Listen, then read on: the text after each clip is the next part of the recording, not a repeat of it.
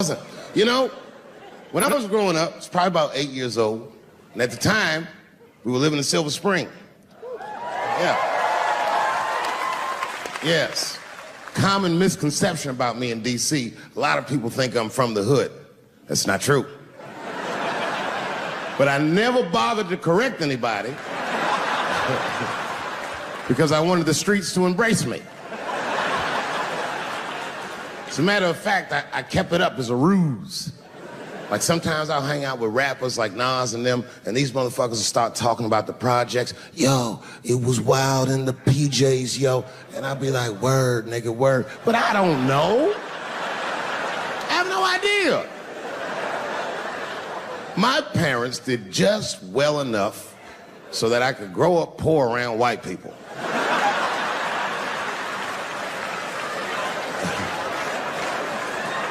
And to be honest, when Nas and them talk about the projects, nigga, I used to get jealous because it sounded fun. Everybody in the projects was poor, and that's fair. But if you were poor in Silver Spring, nigga, it felt like it was only happening to you. I know the pain of that first sleepover at a white friend's house. And you come back home on Sunday and just look at your parents like, y'all need to step your game up. Everything in Timmy's house works. Remember the first time you saw that? In a cold winter, and you'd be at a white friend's house and see the motherfuckers in their living room without their coats on?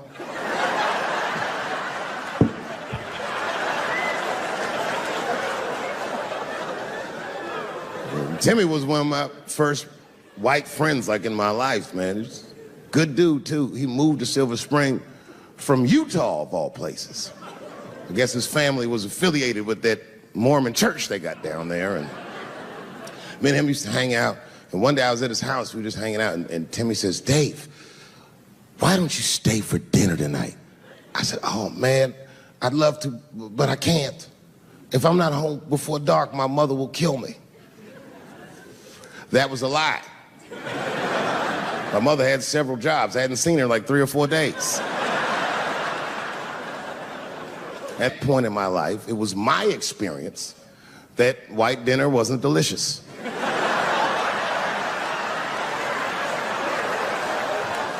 I'd rather go home and fry some bologna or some shit like that.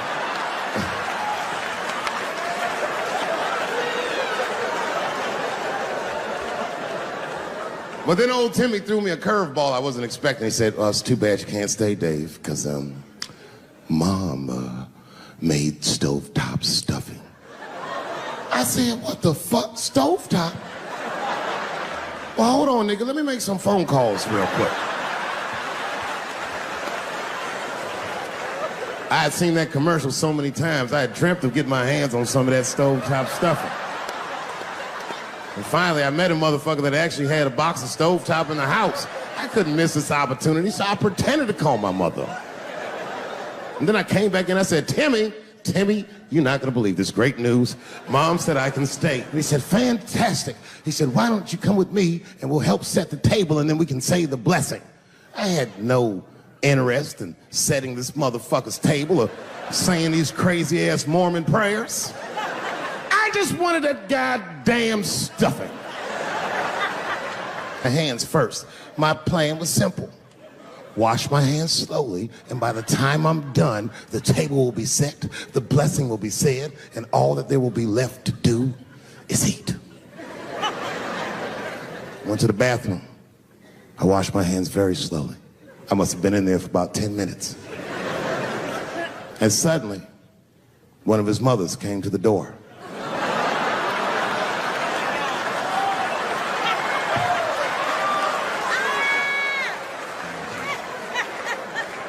She was like, hi, David, right? I said, yes, ma'am. She said, Timmy tells me that you're planning on staying for dinner. I said, I hope that's not a problem, ma'am.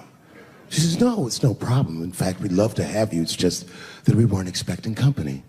And I'm afraid there's not enough stovetop stuffing for everybody. So I kicked her in the pussy. Bam! Ladies and gentlemen, I told you I'm dope, nigga. I told you what I was gonna say and you still didn't see it coming. And that's why I make the big bucks.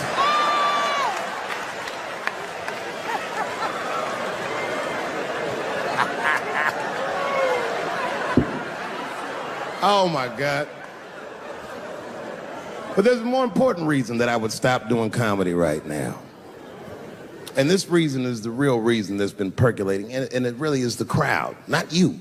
I'm talking about the crowd on the big stage. It's too hard to entertain a country whose ears are so brittle. Motherfuckers are so sensitive, the whole country is turned into bitch-ass niggas.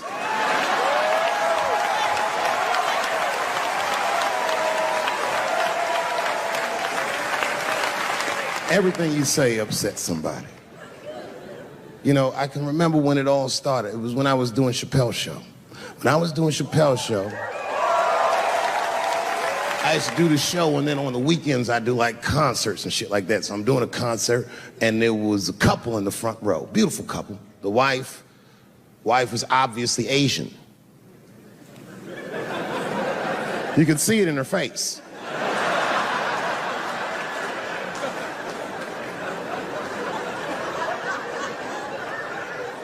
The husband, this motherfucker was mysterious, to say the least.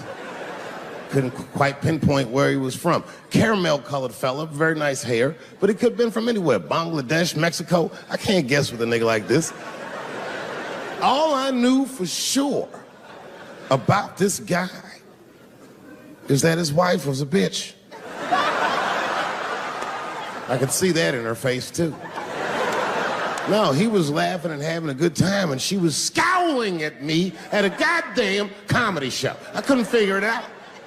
And then I realized at some point that she was pregnant, and I was smoking on stage. I said, oh my God, that's probably why she's mad. So I started to put my cigarette out, but then she hit me with one of them fake non-smoker calls. So I just kept smoking. I thought to myself, bitch, that babe will be fine, relax. And I tried to break the tension. I just asked her, that's all I said. I go, hey, where are you guys from anyway? And I could tell that she was on to me. She goes, very condescendingly, she says, I'm from California. If you're asking my ethnicity, I am Chinese. He was like, I'm Mexican, bro. I said, well, I'm sorry if I offended you by asking, but you're a very beautiful couple. And miss, there's no question that you're gonna give birth to the hardest working baby this world has ever seen.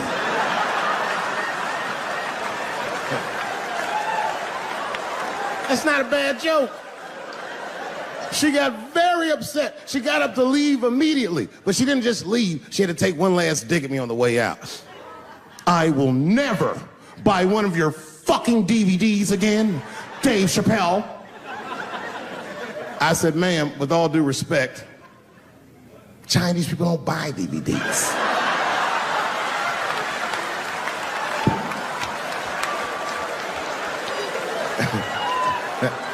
And the crowd went crazy. We were all laughing, having a good time. I didn't even think anything of it. And then just 3 days later, this lady sends a fucking letter to my promoter telling him not to book me for shows anymore because I was, quote, racist, and I'm quoting her, insensitive to the nature of my interracial marriage. I was like, word, bitch, I was.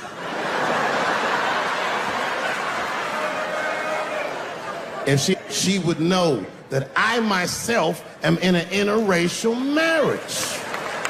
That's right. In fact, my wife is Asian too. Surprise, bitch, I'll see you on Thanksgiving.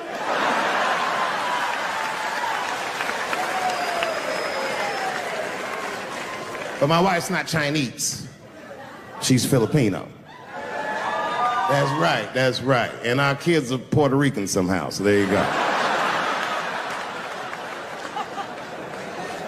But I don't give a fuck about interracial marriage. In fact, you know what? My mother is half white. A lot of people don't know that. Well, all right, you were a little too excited, but okay. A lot of people don't believe me when I say that, but it's true. You can't tell looking at me, but if I grew my hair out, you would think you was at a fucking Cat Williams concert. My shit is beautiful. I didn't even know they were saying those things about me. Then I call home, and people be like, oh my God, are you all right? Yeah, chill, I'm in Africa, baby, what's going on? And then I got a call from a journalist that had been working on a story, and he was like, yeah, rumor mill's going on about you.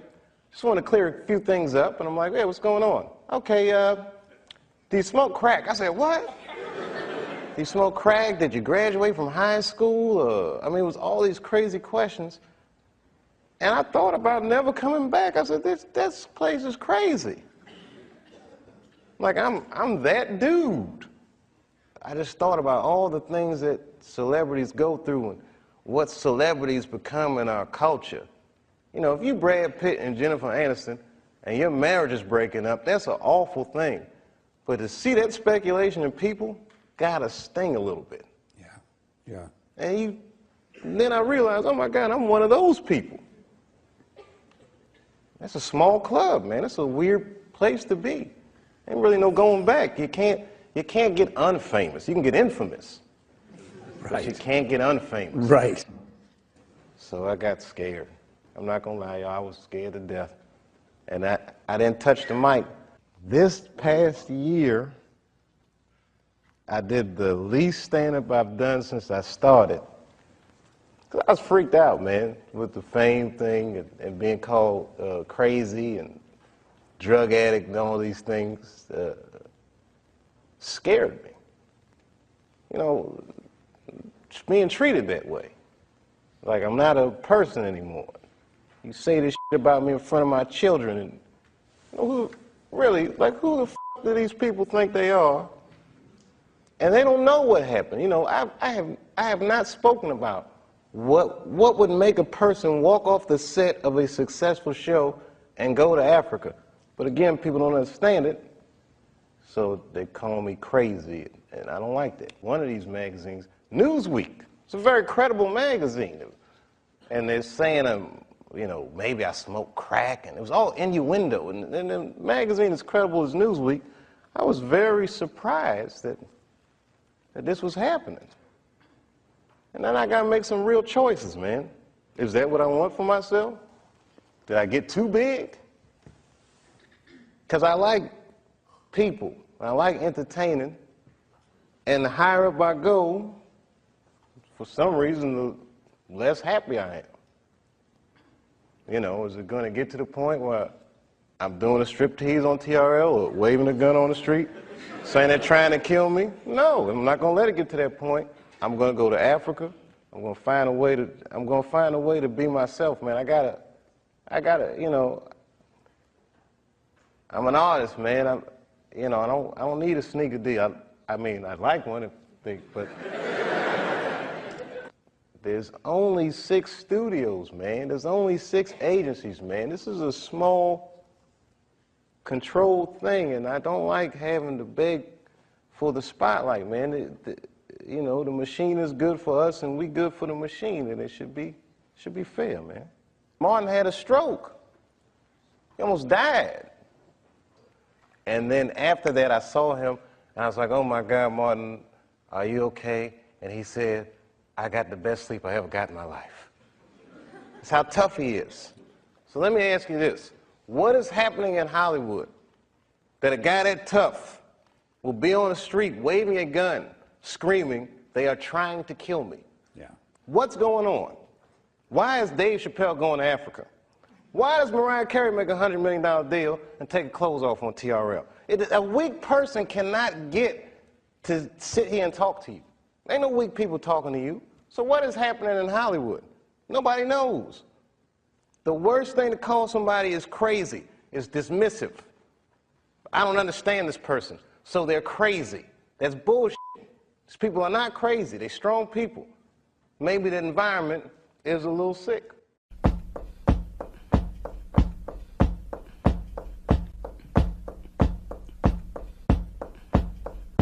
Rap. I don't want nobody telling me what to do. Yeah. Don't tell me how to blow my horn. Rap. I don't want nobody telling me what to do. Yeah. Don't tell me how to rap. I don't want nobody telling me what to do. Yeah. Don't tell me how to blow my horn. Rap.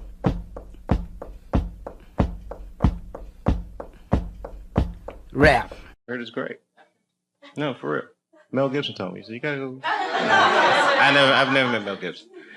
So, huh? He is. No, Mel Gibson is an incredible filmmaker, and he's the only guy that beat the American media machine. It's a very difficult fight. I've tried it, and I lost. Oh no, they'll whoop you good. You can't even bug the system just a little bit. Look at Britney. Britney Spears just wanted to have a couple babies. Look what they did to that girl. Fucking awful, man.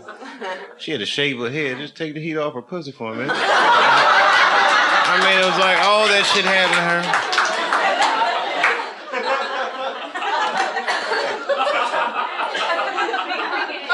her. Some people know how to beat it. The politicians, they can beat that shit because they get caught. Remember Gavin Newsom? He's the mayor of San Fran, right? So he gets caught fucking his campaign manager's wife. They was like doing blow and all that shit. It's pretty old. I like Gavin Newsom though. That's fucked up. You know what I mean? It was just campaign man. His whole job was to be like, this guy right here is a hell of a guy. So it's a pretty dirty dog, right? So, but he got away with it. He's still like Teflon politician. And you know what he did? Check himself into rehab. That's the move in America. I don't know what it's like in Britain, but in America, it's secret celebrity system. Rehab is base. For regular people, that's like you got to go there and get better and shit. But in the media style, like yourself, the San Francisco Mirror, Gavin Newsom, base nigga, I'm in rehab.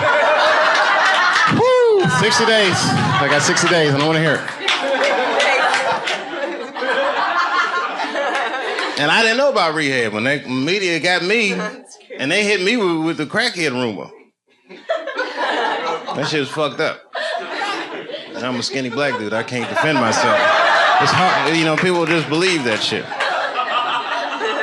It's very hard to defend yourself from them.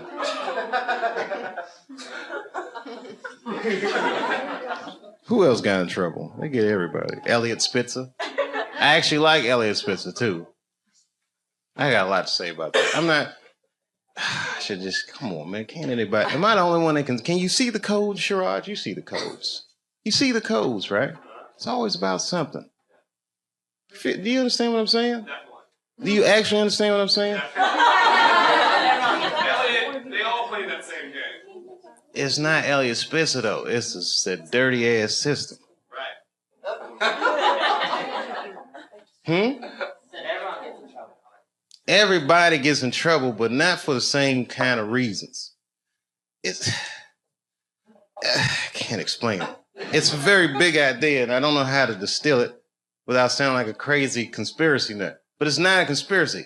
It's an actual fact. You ever read this thing about Lincoln and Kennedy?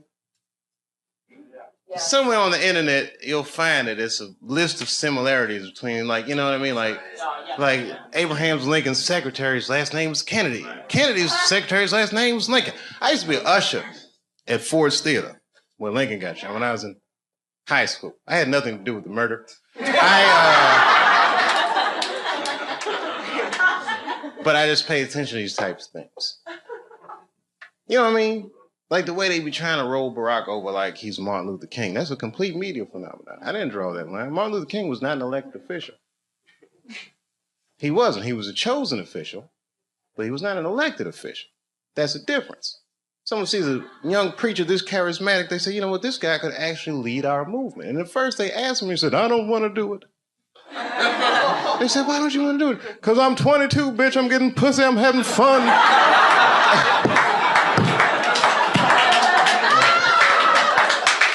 But then eventually he's going to understand like this movement is bigger than him and yet may not have been the same movement without just that one individual. Now, okay, here comes Barack. Barack runs and It was just, that shit happens. You know what I mean? Can't explain it. Yes, I can. Barack runs against John McCain, right? Barack's campaign song is Stevie Wonder's Sign Seal Delivered, I'm Yours, right? Stevie Wonder sponsors a bill for the Martin Luther King holiday. John McCain is from the only state that refused the Martin Luther King holiday, the state of Arizona. Anyway, the point is, it's the same shit with all these people. Elliot Spitzer. Elliot Spitzer, how could he go to a call girl after he was busting prostitution rings in New York? I'll tell you how. Because he was the fucking attorney general. If you're the attorney general and someone puts a docket on your desk, he can't be like, I can't bust these people. I buy pussy. He just has to go and prosecute the case. That's his job. He wins cases. Of course, he's going to have political aspirations because he was good at what he did. And then Nas, remember when Nas went crazy on the radio and he said, Hot 97 is taking money to play these records and da-da-da-da-da. And everyone was like, Nas is insane. And Elliot Spitzer was like, I'm going to look into that. And Elliot Spitzer went in there and he was like, hey, these guys are taking payola. And they fucking ended the practice, the age-old practice of payola in radio. And then years later, he's gonna get busted at the fucking Mayflower Hotel in Washington, D.C. buying pussy. Let me tell you something, I'm from D.C. Do you know Mayflower Hotel? That's where Marion Barry was smoking crack while he was fucking a girl that wasn't supposed to be. The point is this. Getting caught with a call girl at the Mayflower Hotel is like getting caught with a cheeseburger at McDonald's. Nigga, that is where you're supposed to do those kinds of things.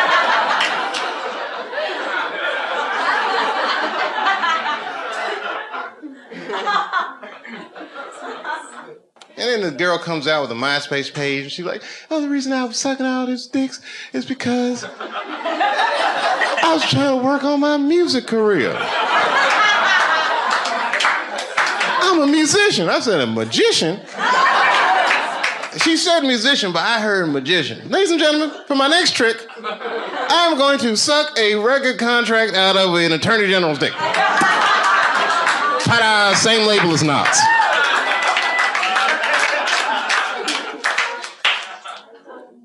And you know what's so crazy about that shit? Which brings me back to the whole thing I was saying in the first place, is that Elliot Spitzer was going to get prosecuted under the Mann Act. And that says it all. You know the Mann Act? The Mann Act? The Mann Act.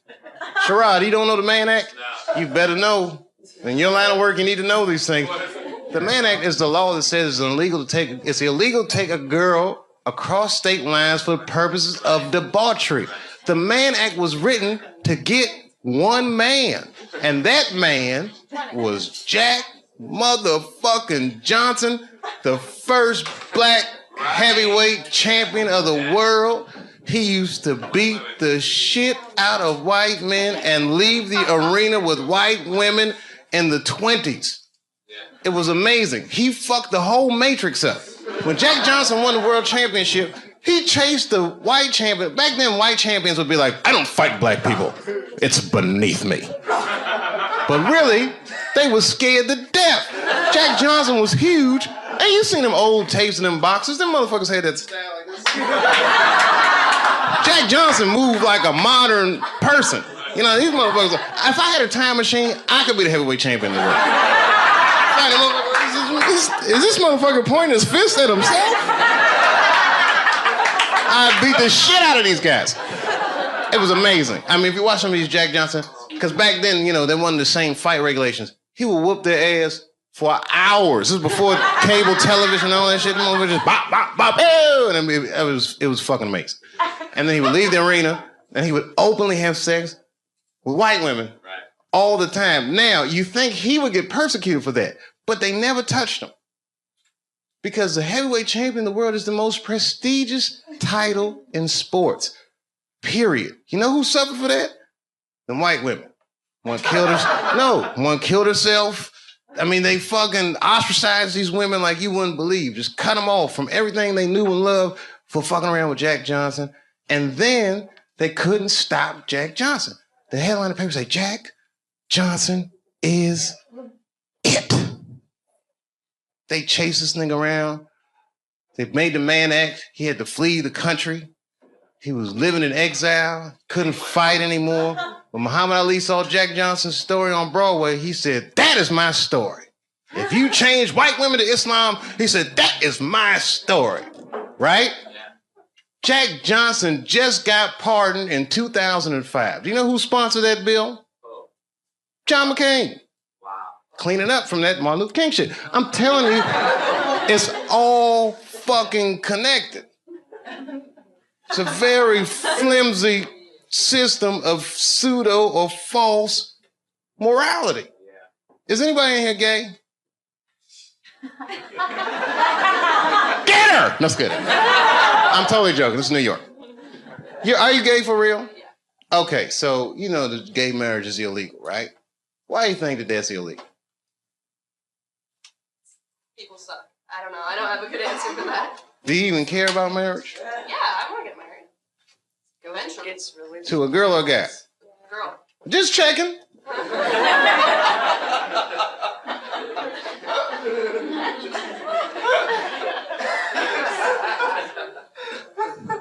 Why do you think it's illegal? People are scared of change. Do you think so? Morality. Who said morality? You think so? I don't. Whose morality? Who said big business? She knows what's going on. Huh? Hmm? Yeah? Even kids get married, they're going to wake up to the reality of problems of marriage just like everybody else. And that's all good and well. You see, here's the thing.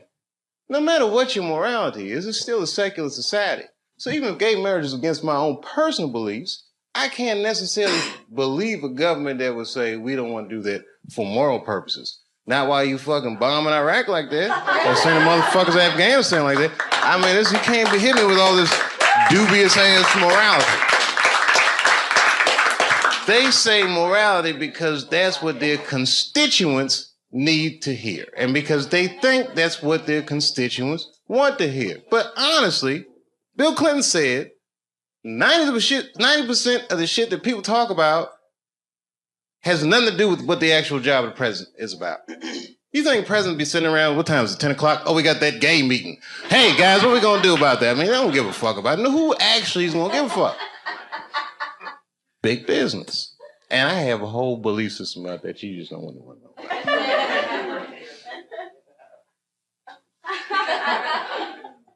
I'll tell you part of it.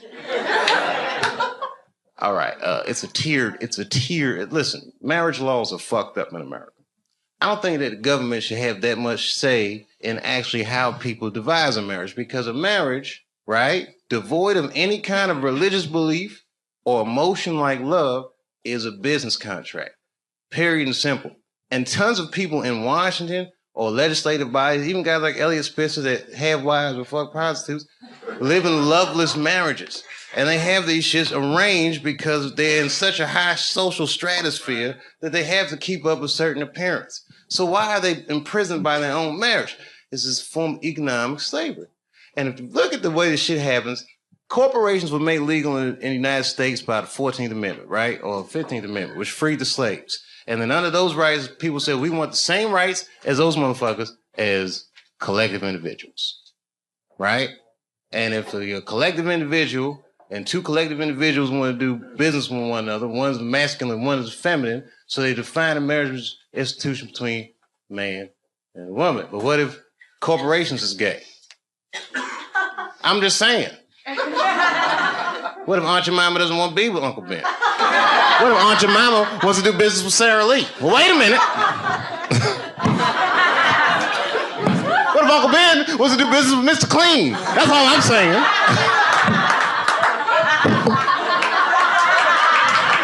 Guys, wait a minute. That's a little gay.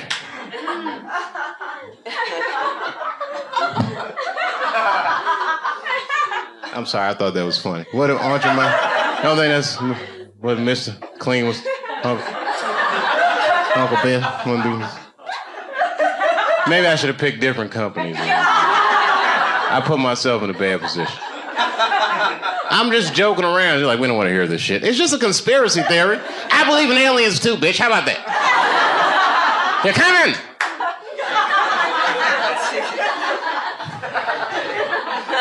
The aliens, they're here!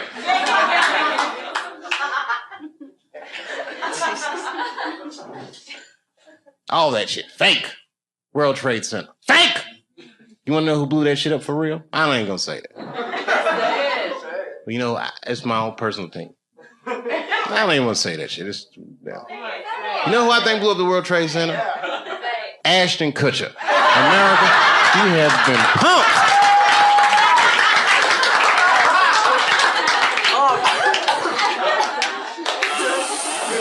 Fake.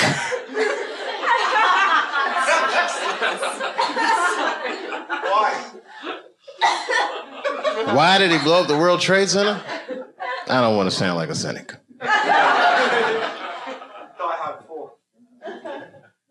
Shit was crazy.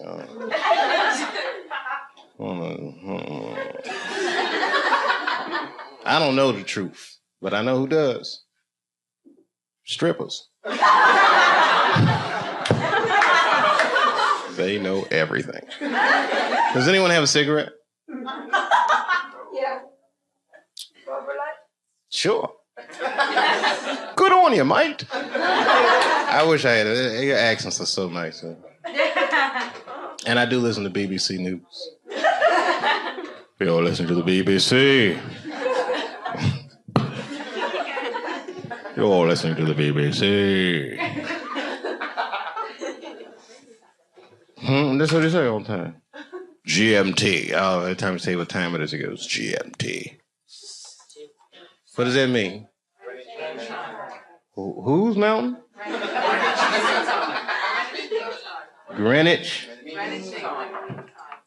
Oh. It's the center. Oh, okay. Meantime. Greenwich Mean Time. Is that where the phrase meantime comes from?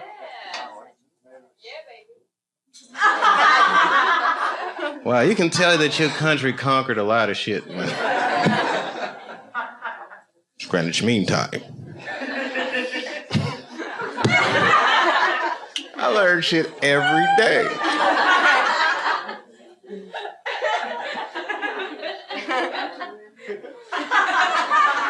It's Greenwich Mean Time. Have you ever heard that before? Yeah, bro, you ever heard that before? Yeah, I've heard it. Oh, you're from Ireland, though. Like, bang on down the middle of London, pretty much. You, Greenwich Mean Time? What's so mean about it? It's a time. Oh, okay. Like it's 0 degrees. Okay.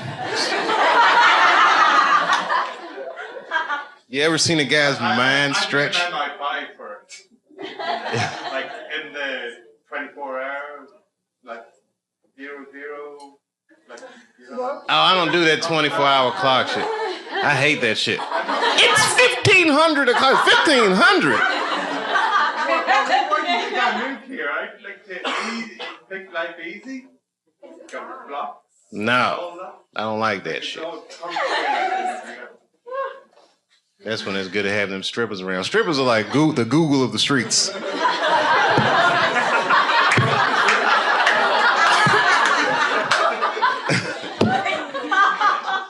Never seen somebody answer so many questions without a crystal ball.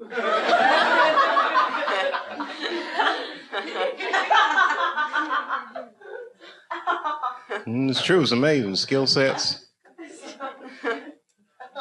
Girls be here. I'm an accountant. I'm a dog trainer. Every goddamn thing.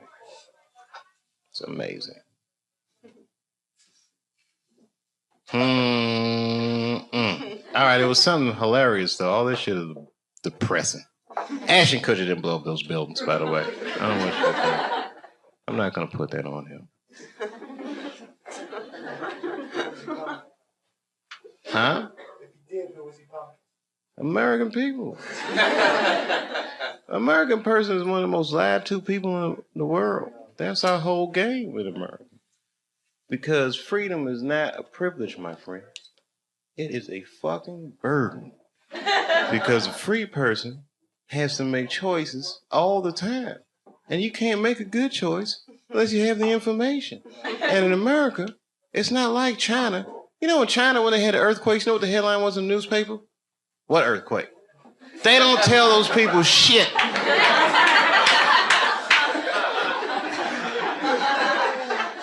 In America, they'll tell you every goddamn thing, and then they don't prioritize the information. You gotta figure all that shit out for yourself. That's right. The war will be breaking out, and you'll be like, did Michael Jackson fuck them kids?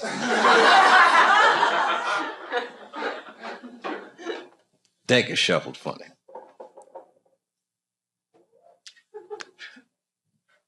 Because we live in the age of spin. You got to be so smart to live nowadays in the age of spin. You watch the news, that's not an absolute truth. That is a version of the truth. People tune into the version of the truth that makes them feel more comfortable. Sometimes I watch CNN and I be feeling bad and I turn to Fox. Like, phew, we're winning again. You got to just switch frequencies. That shit is not the truth. All the time. They'll tell you the truth, man. That shit, man. That's why I like Anderson Cooper, because you can tell when he doesn't believe the story he's reading. It's just like...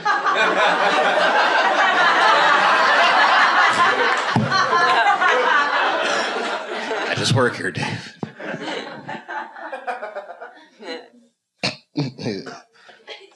I don't know.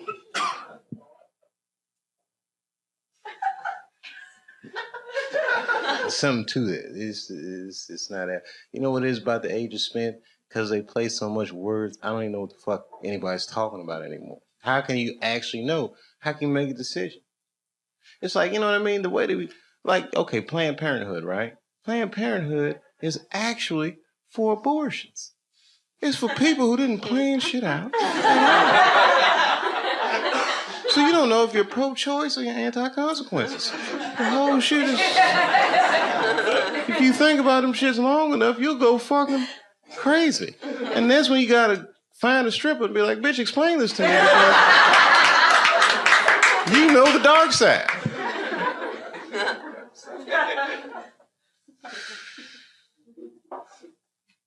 Semantics. Man. I know. All right, I should get out of here. I'm freaking myself out. And I'm hungry. And I just got here. And then I was like, I got in the car and said, take me to the comedy club. And that's how I got here. I don't know. Like, what happened with you guys? You guys just decide, like, how do you decide to come here? Like, you two guys right here. I mean, literally, I look at you guys, I can't imagine what your story is, but I know you, like, okay, how old are you guys? 19. You're 19, of course. They're too young to drink, but they just the right age to have a great ass time. I have been 19. I can't even fucking explain what that was like.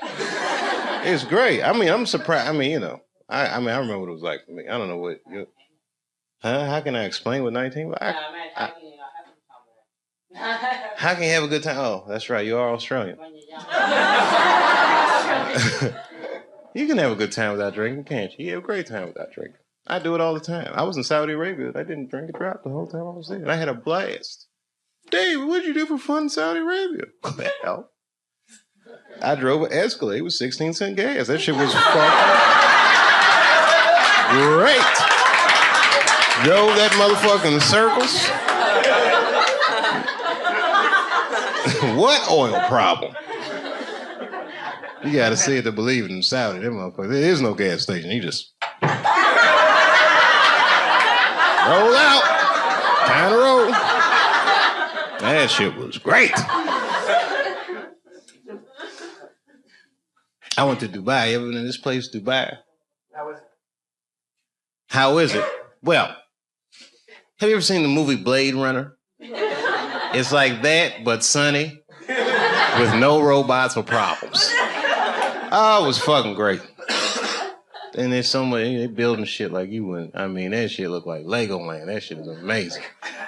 I'm not exaggerating. I seen a billboard. We driving down Sheikh Mohammed Highway, whatever it is. They got a billboard on the side of the highway. it say, "We will build your skyscraper." I said, "Who the fuck is that for?" Like, who's gonna pull up like, "Oh, let me get this number. I've been looking for somebody to build my skyscraper."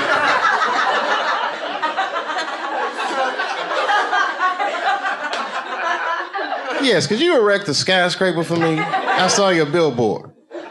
We're busy. I mean, I'm not exaggerating. When I was there, they had 212 skyscrapers in production. If you can imagine what that looks like. 212. You know those big construction cranes? Half of all those cranes that exist on Earth was in that city, building 212 skyscrapers. That would be like if somebody said, "I'm going to build Manhattan in the next 8 months." That's what's happening on planet Earth today. In another 45 minutes, probably. They're all taking a break. And by they all, I mean the Pakistanis and Bengalis. That's what's building this thing. Everything has a soft underbelly. Yes, where else have I been? You guys are British, so you've been everywhere. I don't care how obscure a place is. I've never gone someplace and not seen a British person. It's amazing. It's amazing. It's amazing. I was in Asia. I went to the Philippines. Who said that? Oh, you're Filipino? Oh, what's the other half? You're not gonna believe it. No, my wife is Filipina. Yeah, and my kids, you know, are Puerto Rican somehow. I don't know how that happened, but I guess when we get together, we make Latinos together.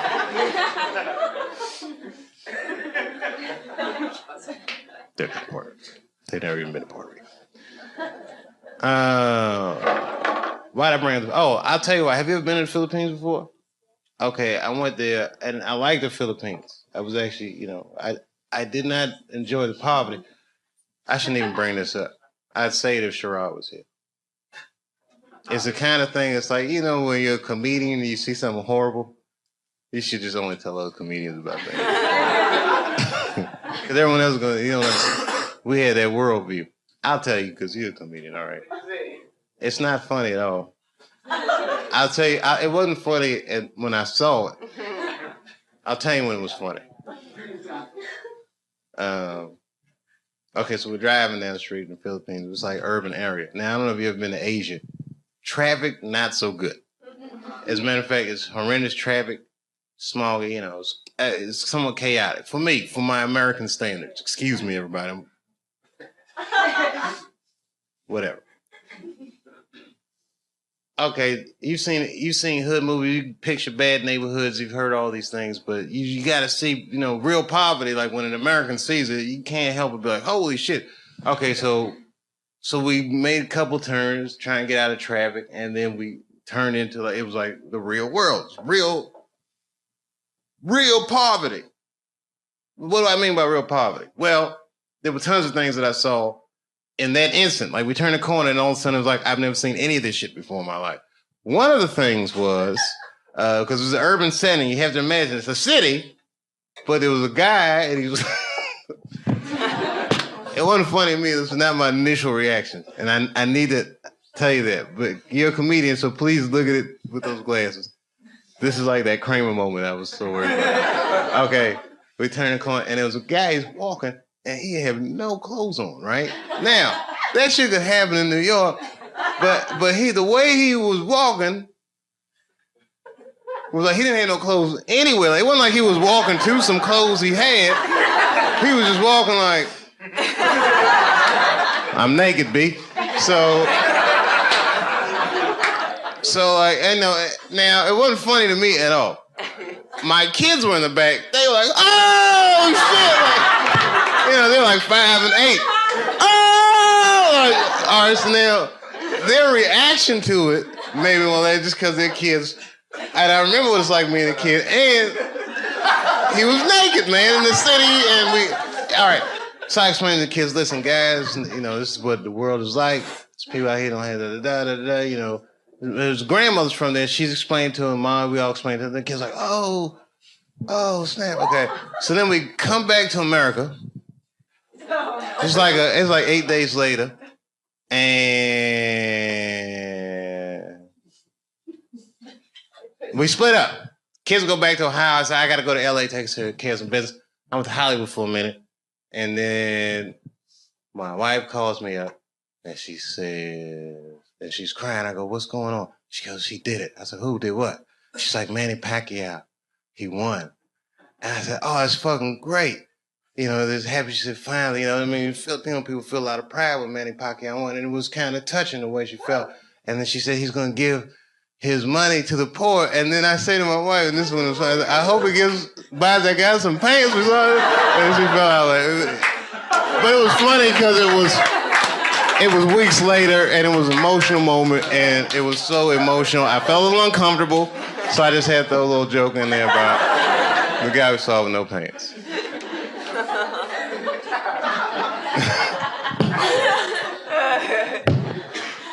As a matter of fact, this show is dedicated to that guy. The show's to the guy. Not just my set, I'm dedicating all you guys to shows.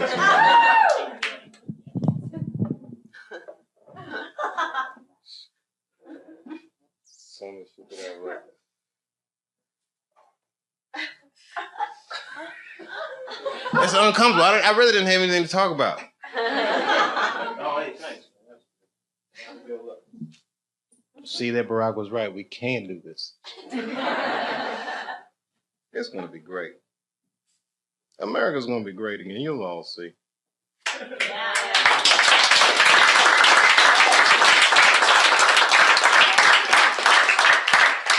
Because I don't even, you know what? I'm going to be honest with you. Like, this is the first time I really voted.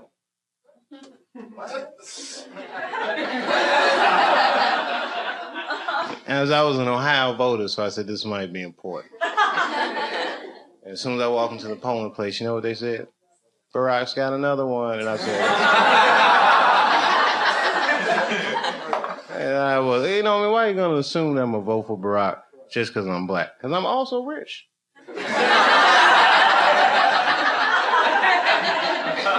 Maybe I don't want my taxes to go up.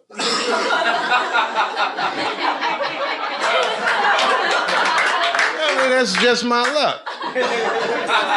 As soon as I get some money, that's when it's like, we get a black president, like, come on, Dave, let's be responsible. all right, Barack, all right.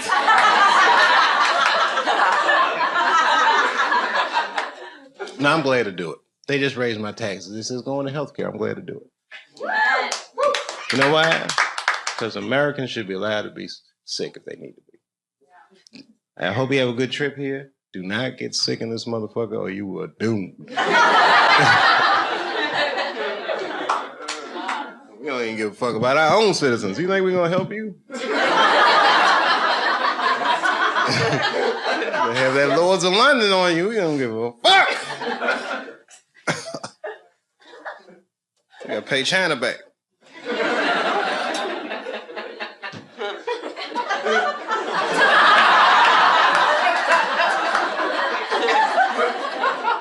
And I've been to China.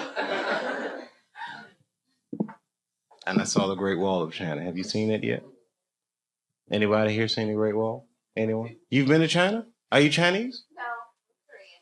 Oh, man, you must have been so jealous. No, just kidding. I'm just kidding. You guys got the demilitarized zone. That's great. I mean, what do you call it? What do you guys got in Korea? The DMZ, right? The something parallel. 45th parallel.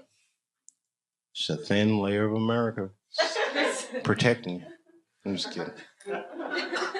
Did you like the Great Wall? I did. It was amazing, wasn't it? Yeah. You know why? Because it's the largest man-made object on Earth. That's what they said. And she claimed, the tour guide, that it's the only man-made object visible from space. I have yet to confirm that. I'm still getting my space money together. But it was amazing, right? I personally was amazed. Because I didn't know that ancient Chinese people actually had, Mexicans like that. I'm not saying Mexicans built that wall. I'm saying Chinese built that wall to keep Mexicans out of China. That's a very advanced culture. America didn't think of that till 5 years ago. I was kidding. Well, did I make that up? I'm sorry. I thought we were going to build something in Texas. Was that me? I don't know. That wasn't my idea, was it? All right, that was an easy joke, and it was wrong. And you know what? Yeah. You know, if I was the king of the world, though, honestly, I would give illegal immigrants just enough legal status so that they could at least get a driver's license, and you know what I mean, call the police if there's something happening. You know what I mean? If you illegally, you can't even call the police.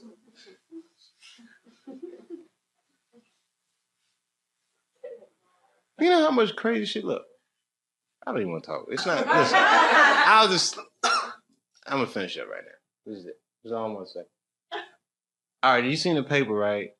I shouldn't even bring this up because it's not funny, but it's just an illustration of where things are headed. And you know, there's a high incidence of violence in America, right? And violent crimes and all these like extraordinary crimes you read about. And I personally believe that the reason these crimes happen is because our paper chase is so volatile that something about America is criminal to be poor. Like, you know, make you feel bad, so bad it's like you got to do something to steal. Something very desperate about our paper chase, just culturally. I'm not blaming the government. I'm not blaming, but it's just evolved into that. Now, so I read them sometimes. These horrific crimes will happen in Houston, Texas. There was a serial rapist, which rape, by the way, is never funny ever. And the only reason I bring this particular rapist up is because all his victims were men. I'm not joking. 7 men. So you can't YouTube this. This is really 7 men in the Houston area came forward and reported this guy, which means he must have raped thousands.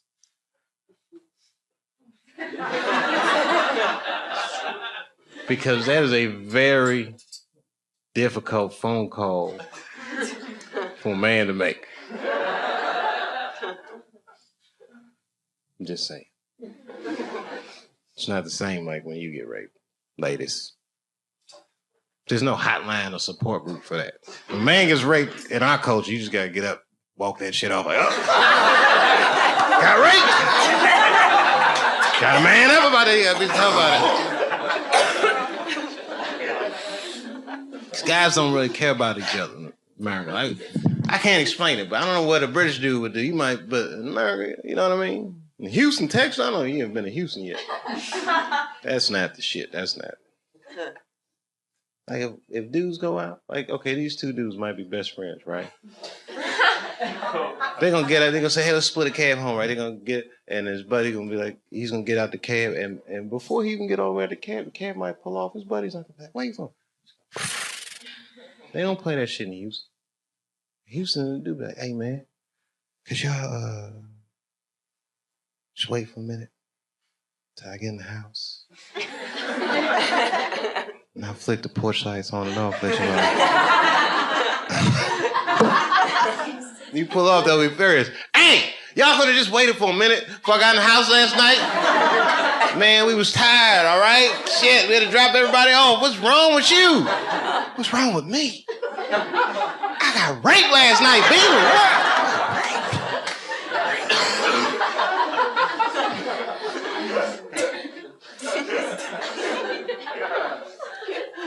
This is American culture. So I can culturally profile these people. The victims. Culturally, I could make an educated guess that the victims of these attacks were white. And not for any other reason except that black people have such a bad relationship with police in America. I don't think they would have called the police. I think only a white person would feel comfortable enough to make that phone call. The way the climate is in America. Socially. You know what I'm saying? It's just black people don't call police for anything. I live in a white neighborhood now. My white neighbors call the police for everything. It's amazing. Hello, police? Yes. My neighbor's playing their music very loud, and I need police intervention for this. I don't want to handle this myself. It's fucking amazing. I've heard black dudes getting shot like, oh, call Earl, quick. Trying to bring a pistol, some shit's going on. It's amazing.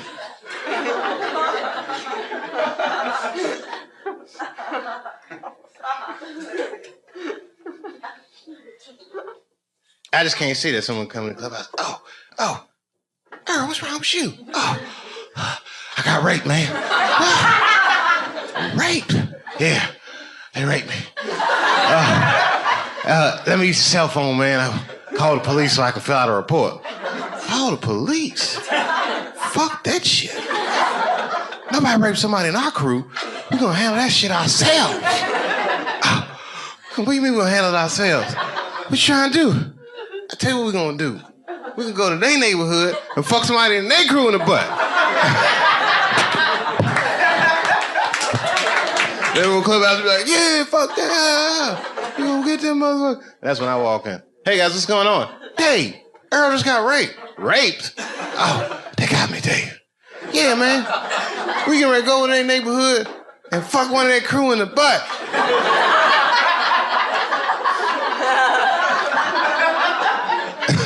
That's when I had my boys in the hood moment.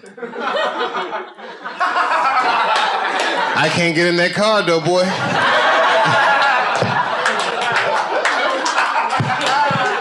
What? You just gonna let somebody fuck her and you ain't gonna do nothing? Hey, listen, man, all right?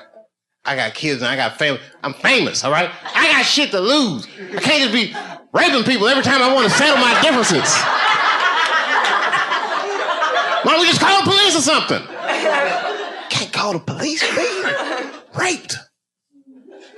All right, hold on. Let's just think about this, okay? Shit. All right, look, I got some money, all right? Why don't we just hire some gangsters?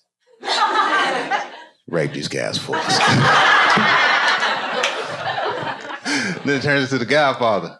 I go to Little Italy, pay them gangsters off, and they be driving around the hood. There he goes. Hey, you, come here. Let me talk to you for a second. And the guy be looking like, oh, maybe you want to buy some crack. Hey, what's going on, guys? And then they put him down. Pull his pants down. Pull down their pants. And right before they rape him, he says, Dave Chappelle says hello.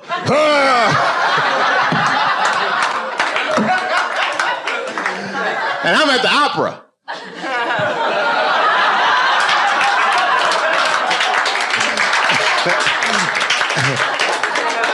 And my cell phone vibrates. Hello? It's done. Okay. I told him Dave Chappelle said, you said my name?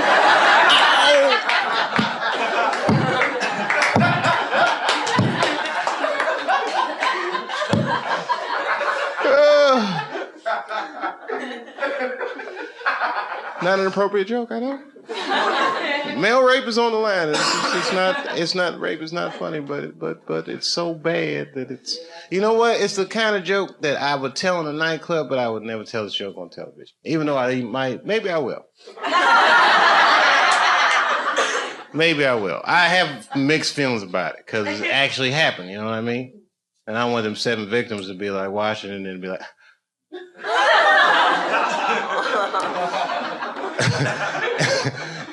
And then after I do this show on the television, and I might be doing a concert or something, and I'll be walking in the backstage, and I'll be like, hey, Dave. And the guy be like, Dave.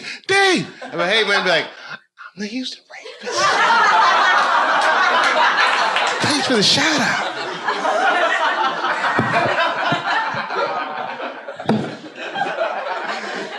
That's fucking awful, I know. I feel strange about that whole... The whole show has been weird for me. But you know why I'm doing it? For sushi. Can I have some sushi money for this? Tonight I am going to have sushi dinner. No, I'm going to go get sushi for myself. Hopefully with some of their money. And do you know why? Because I live in a place in America called Ohio. Ohio is a great place. It's the birthplace of aviation. So they say. The Wright brothers built their little plane there. Our license plate says it's the heart of the all, and our state motto is, with God, all things are possible.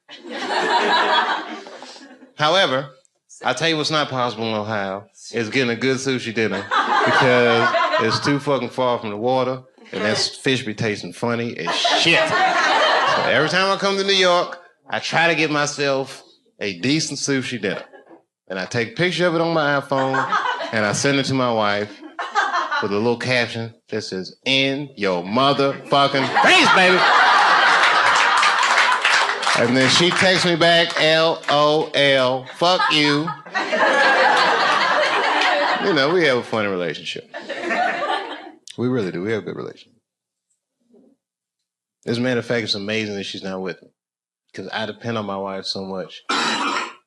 My kids think I am their brother. It's fucking awful. I'm like, hey, y'all, let's watch some TV. Mom says we can't. Oh, come on.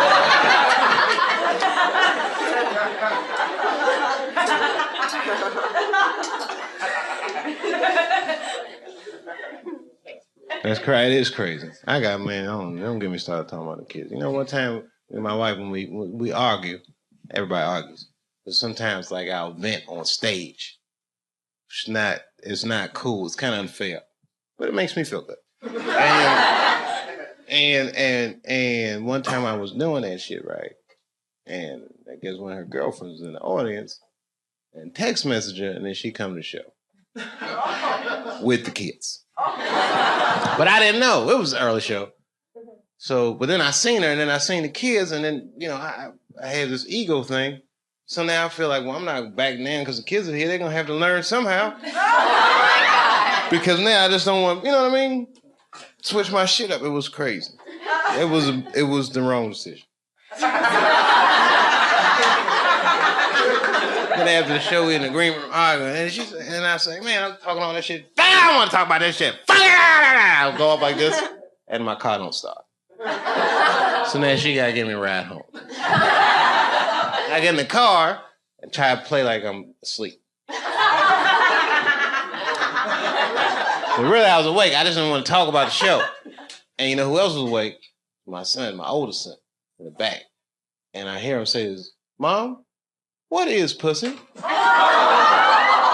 I know, I felt awful. And then I had to hear my poor wife explain to her 7-year-old son. It was terrible. She was like, well, whew. I could feel her looking at me with hatred, but I was still faking like this. Well, son, pussy is what keeps this family together.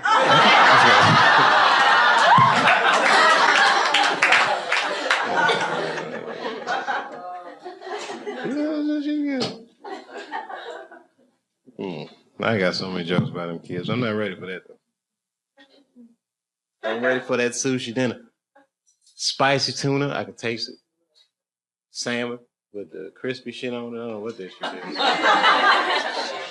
What is it? You're probably right. Tempura flakes. Are you a chef or something? You just can tell.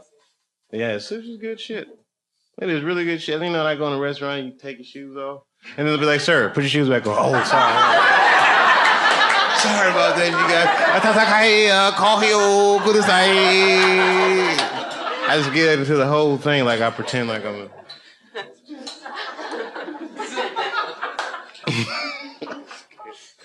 I'm sorry, little fellas, because I know you're 19. You got a lot of adventures to get into. That city is calling you. And you're probably too young to remember, but there was a song just about what you guys are going through tonight. And it came out in the 80s. And it goes like this. You belong to the city. You belong to the night.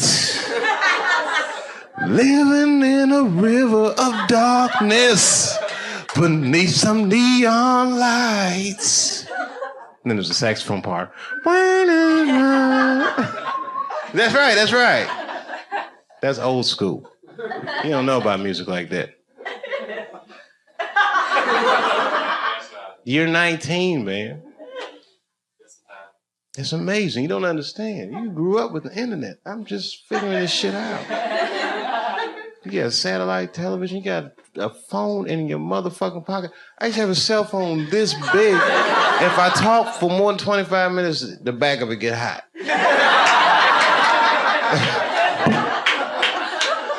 You got these iPhones. I'm still impressed by that. Have you seen it? That shit is amazing. I could pull my iPhone out in front of Batman. He'll be like, what the fuck is this? Oh, you haven't seen this yet, Batman?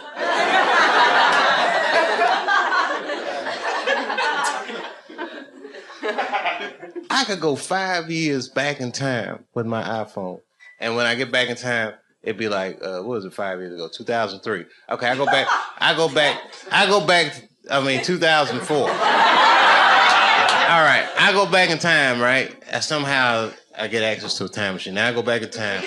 It's 2004, and I go to somebody and go, hey, I want to get something to eat. Where's a good sushi place? I don't really know my way around. I'm from the future. People are like, you are not from the future. I am too. Where you from? And I pull my iPhone out and say, I'm from 25 years in the future. They'd believe me. But really, I'd be like, I tricked you, motherfucker. I'm only from 5 years in the future.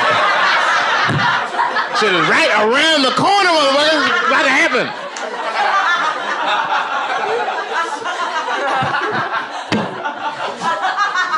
I tricked you.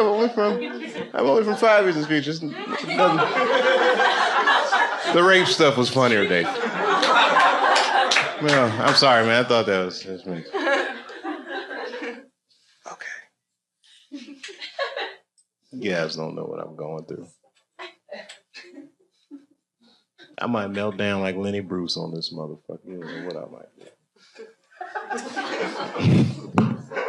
You ever see them old Lenny Bruce tapes? Like, first he's all funny, and then once when he start getting all that trouble, he's... I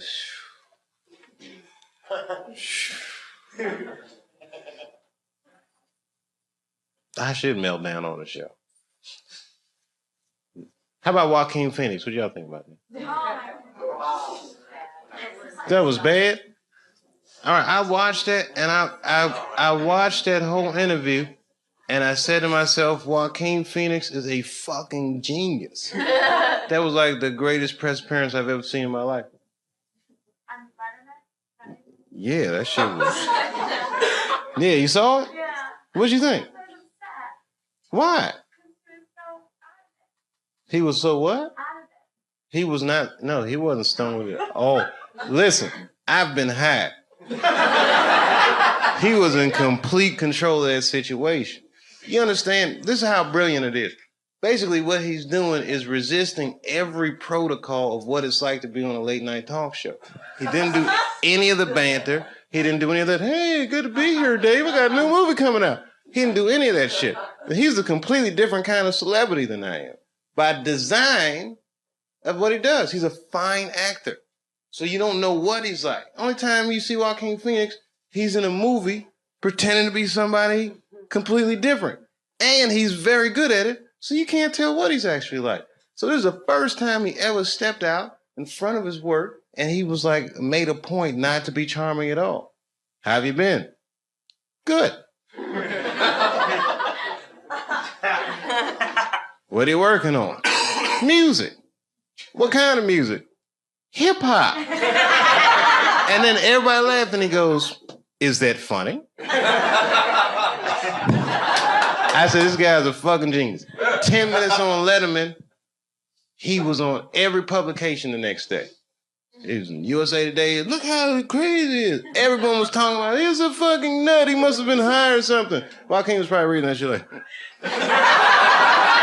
I said, this guy is fucking brilliant. And you know who the guest on after him was? Exactly. Who gives a fuck what happened after that? Joaquin won. Check and mate. I said, that's the Mel Gibson playbook right there. Mel Gibson beat the game. Easily. And a move so weird and abstract, I'm surprised no one's done it sooner. This motherfucker made an action movie about Jesus. Check and mate. There's no answer to that. This guy took 20 million of his own dollars, made an action movie about Jesus. And the movie grossed over $1 billion. He made $800 million off a $20 million investment.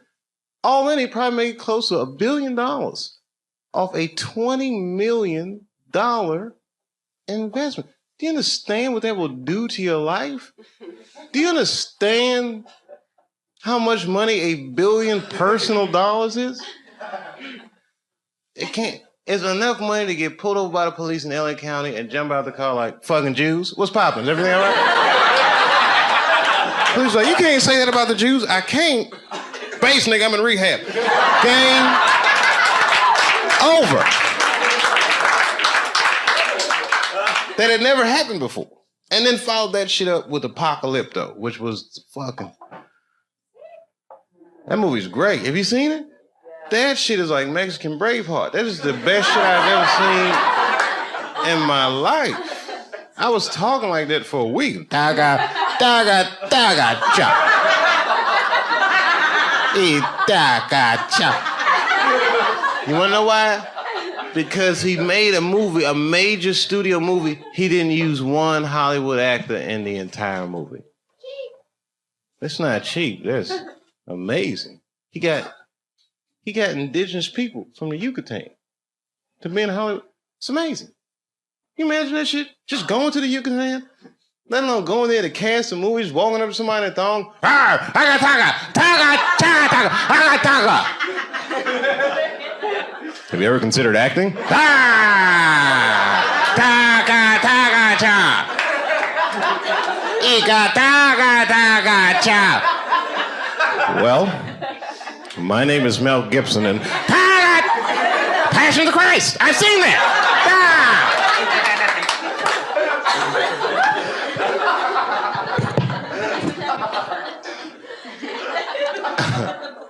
I'm telling you right now, if I had a sketch comedy show,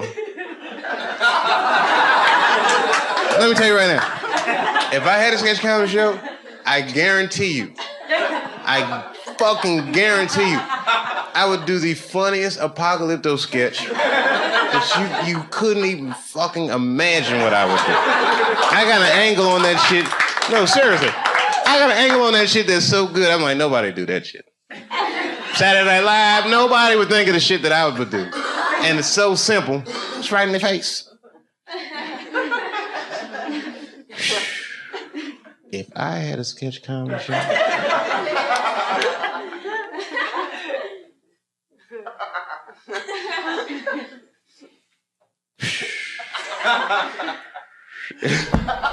Have one more cigarette and then I'll leave, I promise.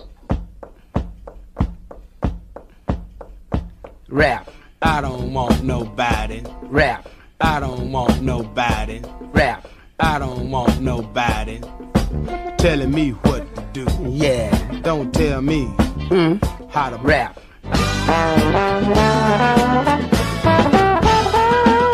Funky Black.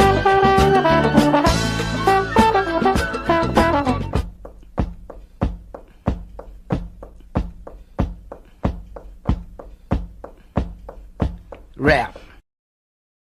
But you know what was cool, man? The first time I went back out and did stand-up was in Cincinnati. So it's not far from the farm. I said, if I gotta run, I can get home fast. And clubs sold out real fast. I played a comedy club. And man, when I walked out on that stage and them people were screaming, I get teary-eyed just thinking about it. Because this industry can say whatever they want, but man, people will hold you up. And that crowd, man, my spirits were so low when they was just holding me up. And I hadn't told jokes, but that shit was just coming back like the Karate Kid again. You're the best around. I was just doing it, man. So I don't know how this whole Dave Chappelle thing is gonna end. But I feel like I'm going to be some kind of parable by either what you're supposed to do or what you're not supposed to. So I'm going to be something. I'm either going to be a legend or just that tragic fucking story, but I'm going full throttle. I'm going all the way. I'm eager to find out how this will resolve itself.